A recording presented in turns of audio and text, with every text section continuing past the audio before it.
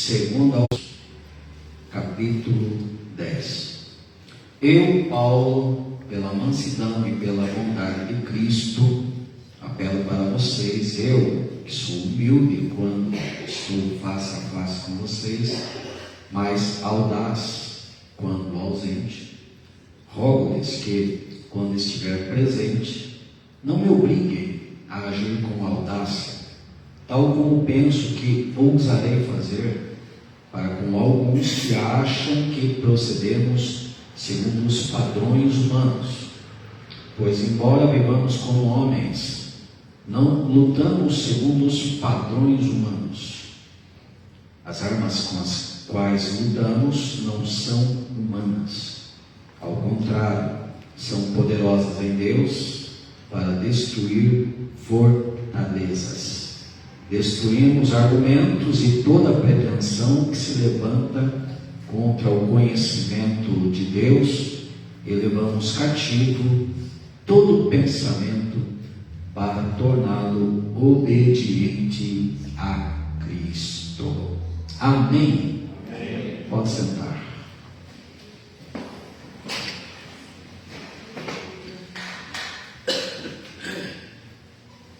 Nunca conseguiram confirmar, mas já teve quem defendeu que a partir do capítulo 10 de 2 aos Coríntios até o capítulo 13 seria uma outra epístola.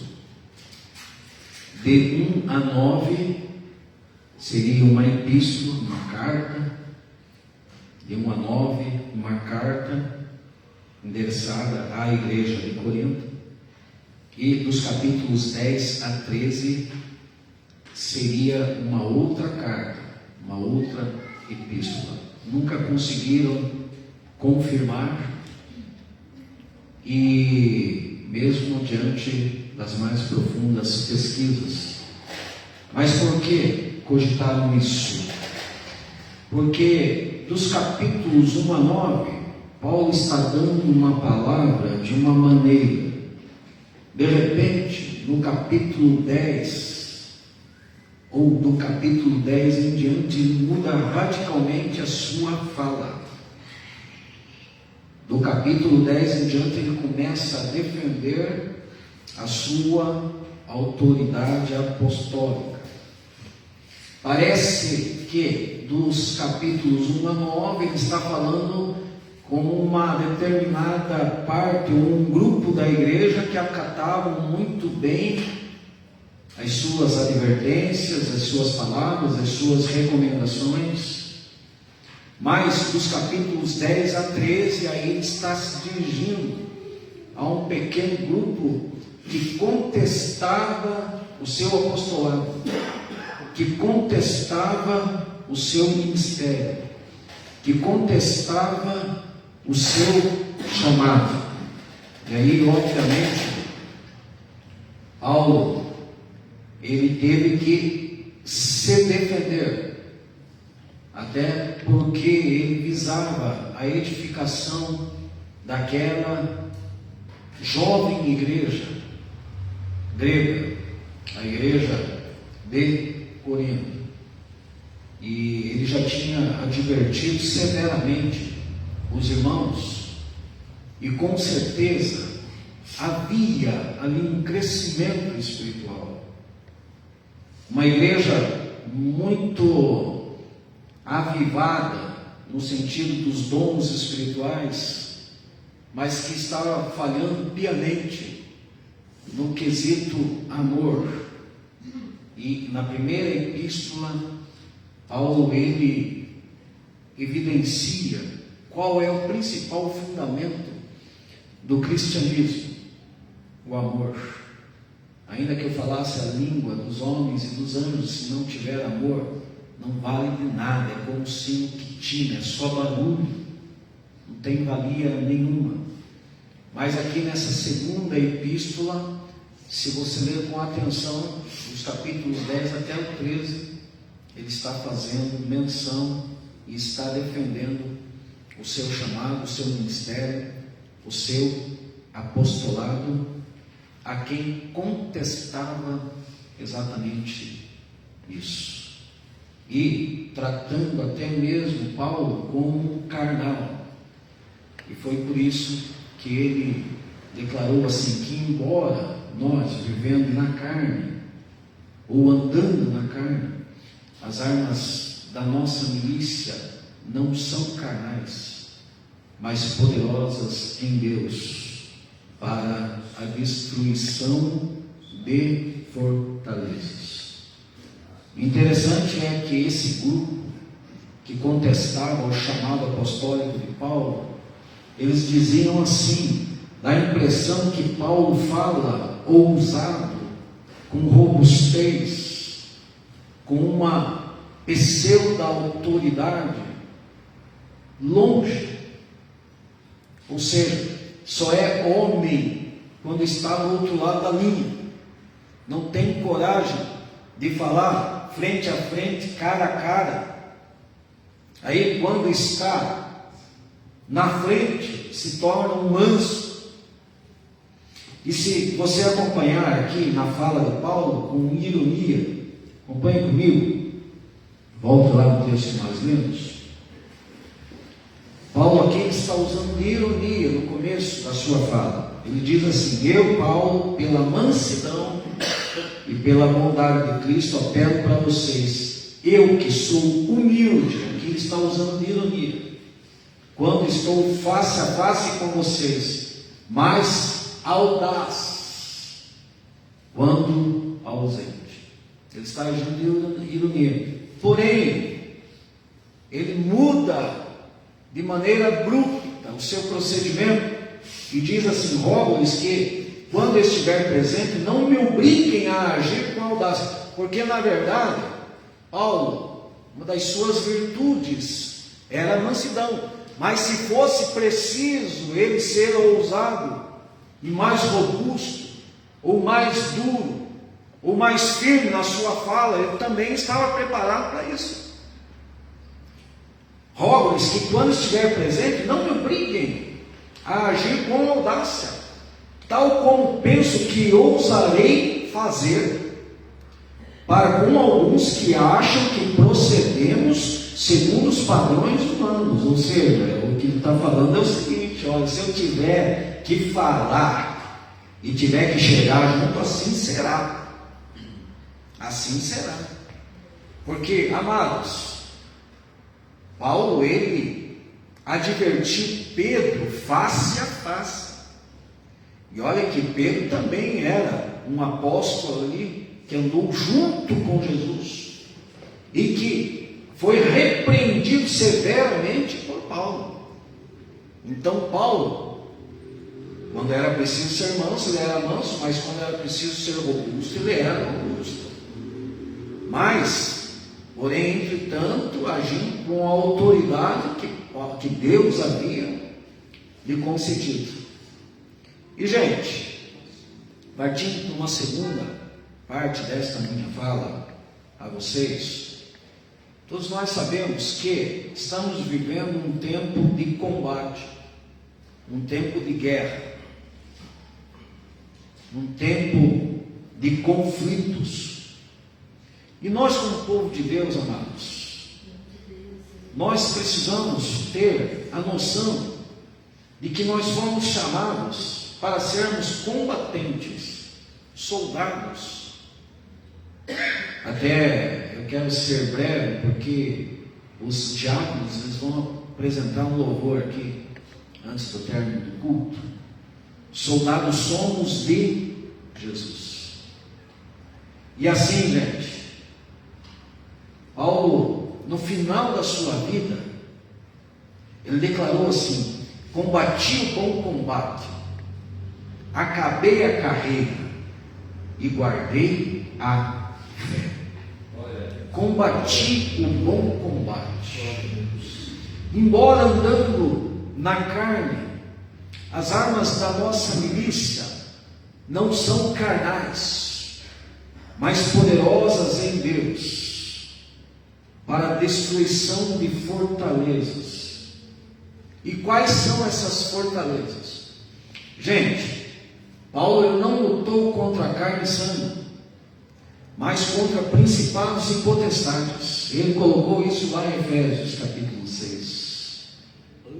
E a nossa batalha, a luta que nós temos, todos nós temos, é muito abrangente, é muito pertinente. E se nós vacilarmos como soldados, como combatentes, e baixarmos a guarda, e deixarmos de vigiar,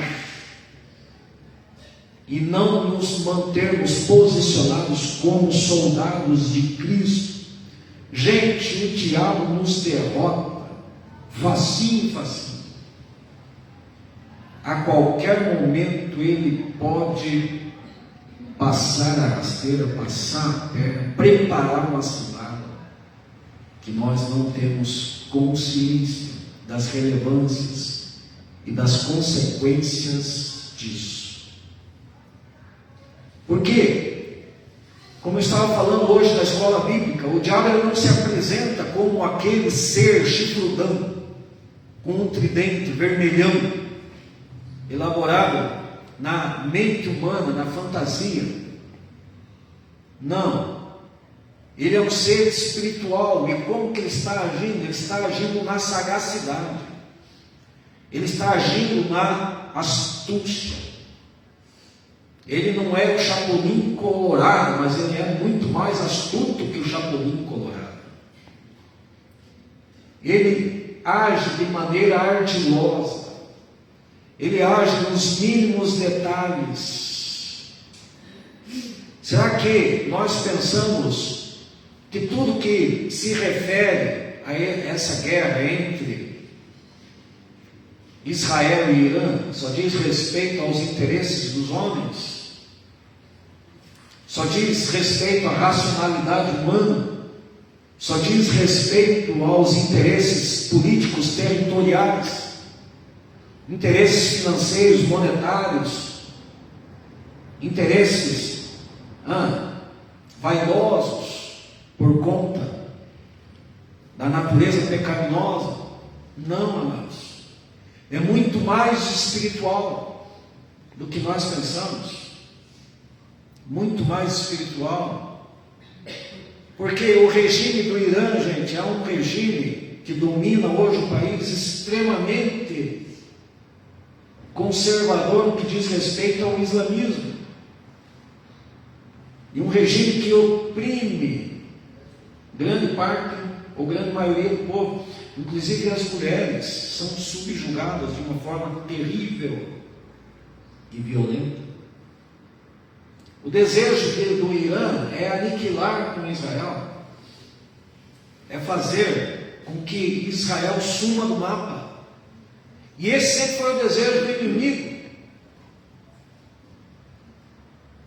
Será que o diabo ele não estava agindo lá no deserto quando Moisés conduzia a igreja? E a maioria foram caindo por terra e morrendo. Muitos morreram por causa da desobediência. Muitos morreram por causa da murmuração. Muitos morreram por saudade do Egito. Cogitaram até os túmulos do Egito. Por que esse homem nos trouxe aqui para morrermos neste deserto? Não havia túmulos no Egito para que morrêssemos lá. Por conta de tantos fatores, rebeldia, homens se levantando contra a liderança, Coré, Datã, Abirão, se levantando contra a liderança de Moisés, até pessoas da sua própria casa se levantando contra a sua liderança e sofrendo dano. Miriam e Arão se levantando contra Moisés e sofrendo dano. Miriam ficando leprosa. E não se recuperou totalmente e morreu desta maneira. E quando nós olhamos para tudo isso, amados, será que o diabo não estava agindo, incitando o povo, influenciando o povo, sendo que lá no jardim ele teve acesso a Adão e Eva? Ele tentou Jesus no deserto, ele levou Jesus até o pináculo do templo, E tentou Jesus aonde? Na palavra. Não se apresentou a Jesus ali de tridente, vermelhão. Se tu és o Filho de Deus, lança-te daí abaixo, porque está escrito que Deus dará ordem aos anjos. Gente, eu estou assistindo um filme na Prime, se não me engano é Nesfários o nome do filme, onde um psiquiatra, recomendo que vocês assistam esse filme. Um psiquiatra que vai visitar uma pessoa que está presa e condenada à morte, e aí ele vai fazer a última entrevista com essa pessoa, um assassino em série, um serial killer. Sempre que eu ouço esse termo, eu lembro do cereal que as crianças estão comendo. Serial killer, um assassino em série.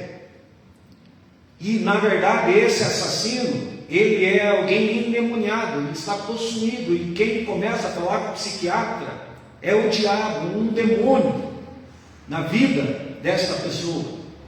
E ele fala assim com o psiquiatra: antes de você sair daqui, você vai assassinar 3 pessoas. O demônio falando na boca daquele homem condenado. E gente, o desenrolar do filme é muito interessante. Eu não terminei de assistir ainda, mas é impactante, é muito interessante, recomendo que vocês assistam. E ali nós vemos a astúcia do diabo agindo na vida de um homem. E o Satanás tentando Jesus lá, por meio do que, amados? Da palavra,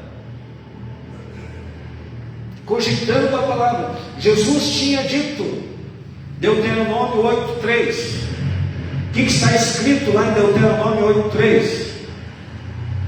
Nem só de pão viverá o homem, mas de toda a palavra que procede da boca de Deus. Quem glorifica o Senhor por um texto como esse? Mas será que o nosso coração não está mais no pão do que na palavra?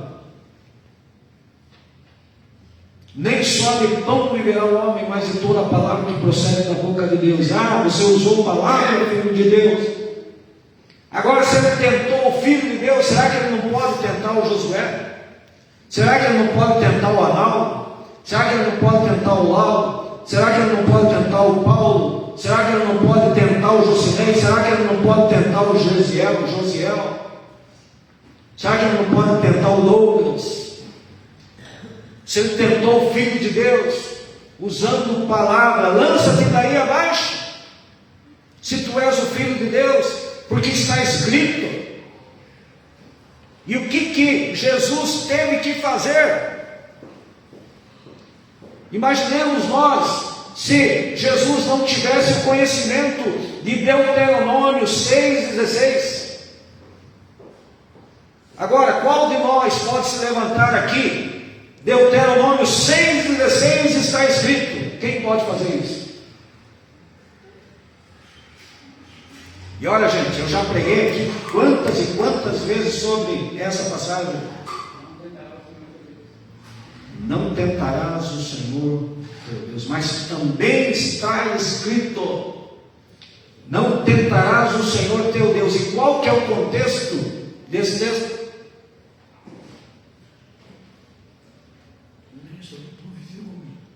O contexto desse texto: não tentarás o Senhor teu Deus como nos dias das águas de Meribá, quando os israelitas se queixaram por falta de água.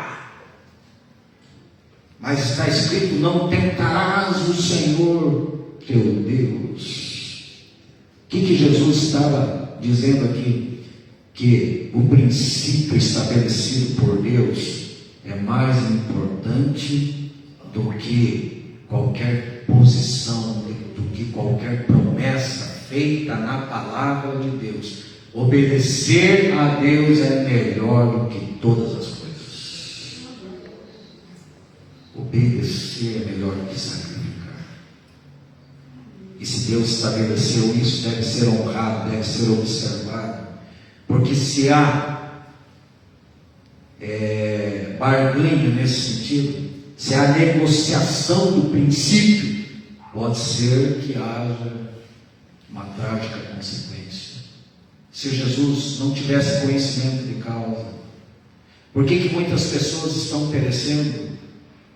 Porque ainda não estão lutando com a palavra de Deus, que é a espada do Espírito.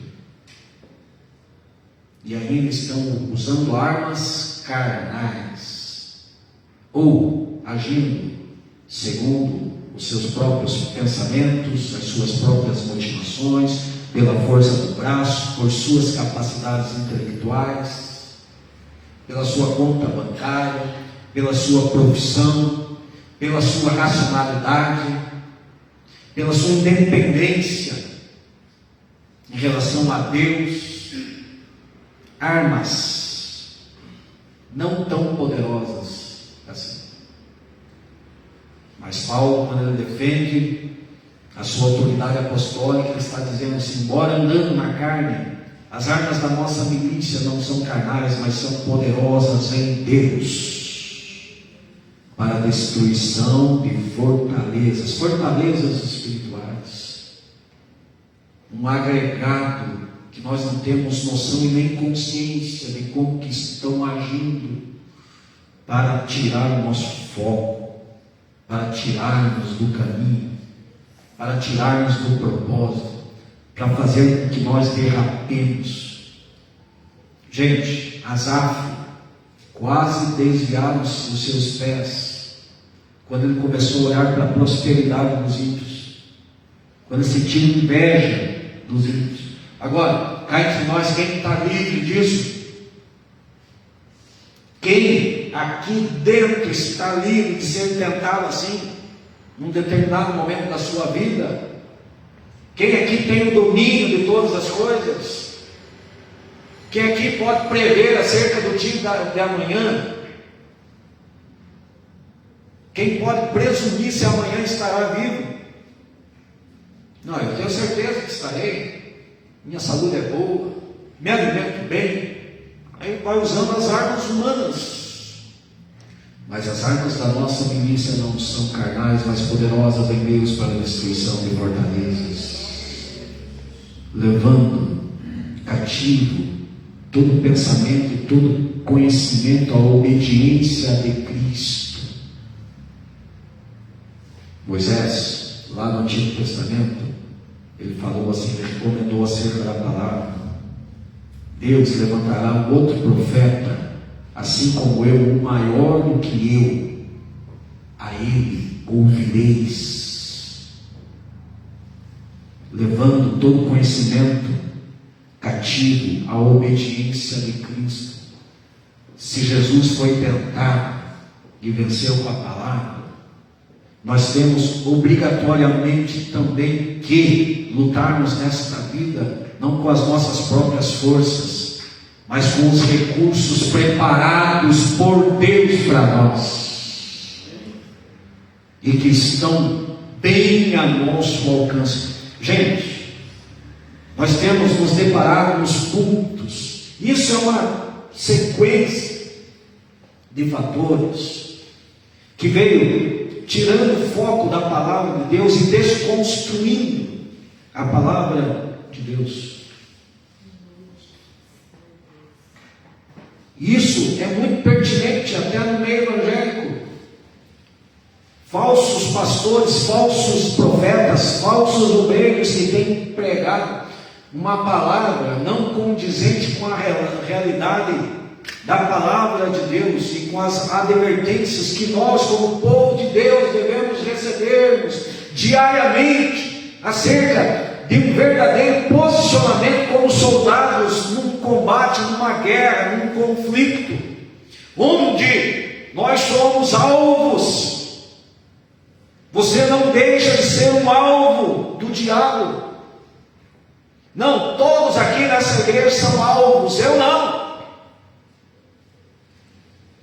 Você não pode presumir 10 minutos depois o que vai suceder na tua vida. E assim, gente, as pessoas estão perecendo por conta da ignorância. E como que se vence a ignorância?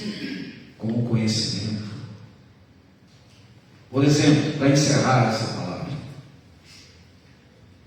quantas vezes você já ouviu alguém dizer, porque está escrito na Bíblia que não cai uma folha de uma árvore se não for a vontade de Deus? Gente, como que pode uma coisa dessa? Quantas vezes você ouviu alguém dizendo assim, está escrito na Bíblia que não cai uma folha de uma árvore se não for a vontade de Deus? Gente, vocês sabiam que esse é um trecho do Alcorão? Está lá na 6ª surata, no versículo 59 do Alcorão, que não cai uma folha de uma árvore se não for a vontade de Deus. Todos nós sabemos que o nosso Deus é um Deus soberano e que até o cabelo das nossas cabeças estão contando. Do meu, nem tanto. Mas ainda tem os fiapinhos que se salvam. E até esses Deus sabe.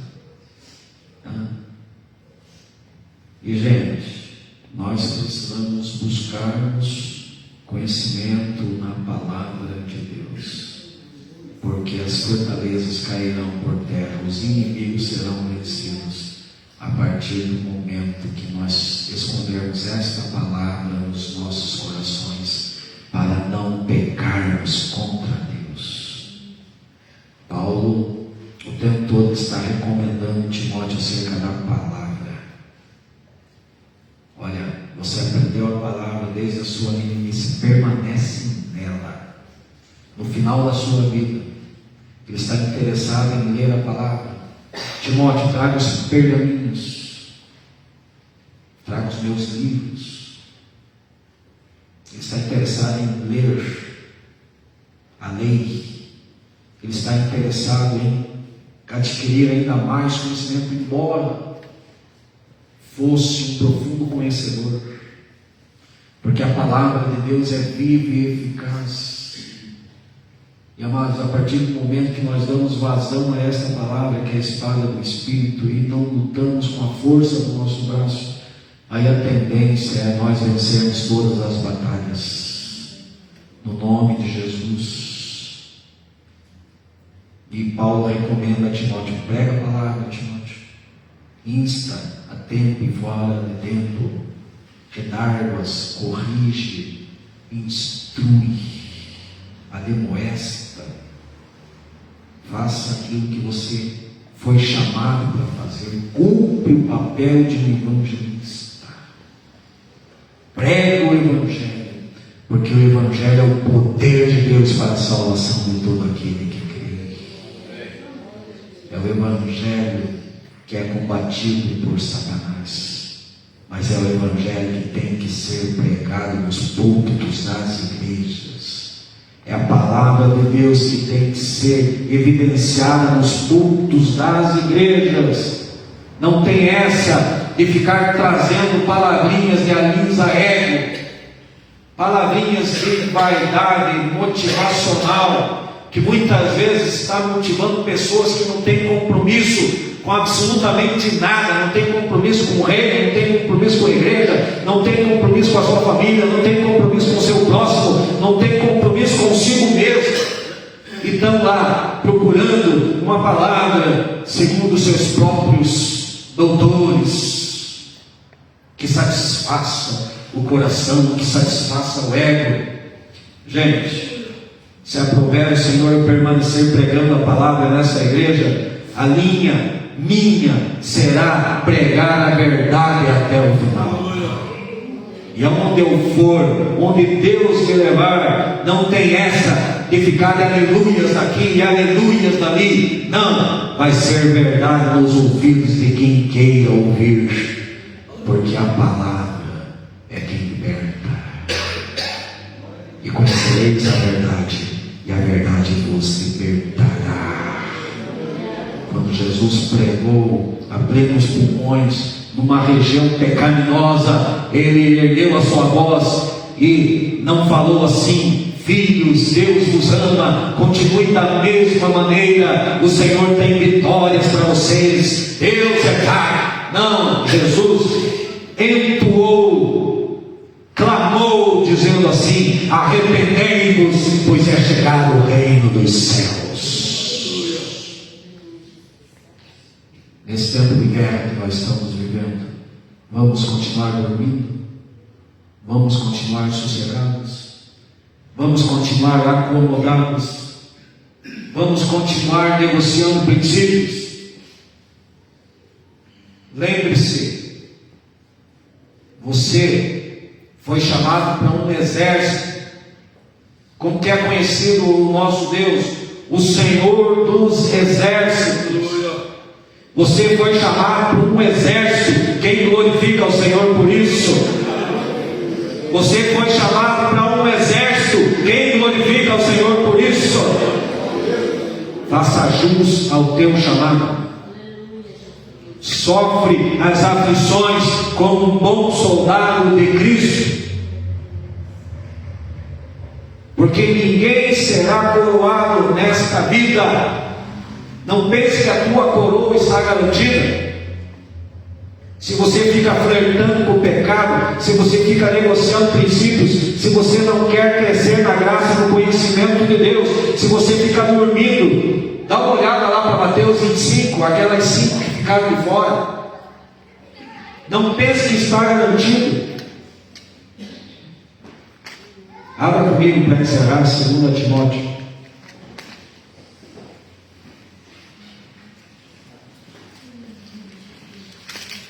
Segunda Timóteo, no capítulo 2.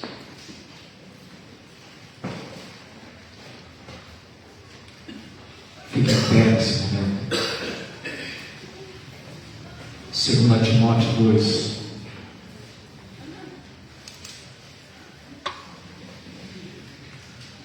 Uma fala de um pai para um filho. Uma fala de um professor para um aluno, de um mestre para um discípulo. Uma fala de alguém que ama de verdade e que traz orientação. Palavra de Paulo a Timóteo. Ele diz assim: portanto, você, meu filho, quem recebe essa palavra aqui também como vinda do trono da graça de Deus, ouça com atenção, não feche os seus ouvidos para esta advertência. Os dias são maus. Paulo falou isso, e digo isso conhecendo o tempo, que já é hora de despertarmos do sono, porque a nossa salvação está agora mais perto do que quando nós aceitamos a fé. A noite é passada, o dia é chegado. Rejeitemos, pois, as obras das trevas e revistamos das armas da luz. Quem quer revestir-se das armas da luz? Quem quer revestir-se das armas da luz? Shri canta lava suri anda lava shuri anda lava casa. Ouça esta palavra com muita atenção, de Paulo a Timóteo. Portanto, você, meu filho, fortifique-se na graça que há em Cristo Jesus. Quem recebe a graça do Senhor nesse dia, o fortalecimento desta graça. E as palavras que me ouviu dizer na presença de muitas testemunhas, confia-as a homens fiéis, que sejam também capazes de ensinar outros. Se eu estou ensinando, que você possa captar isso, para que você também seja um instrumento de Deus.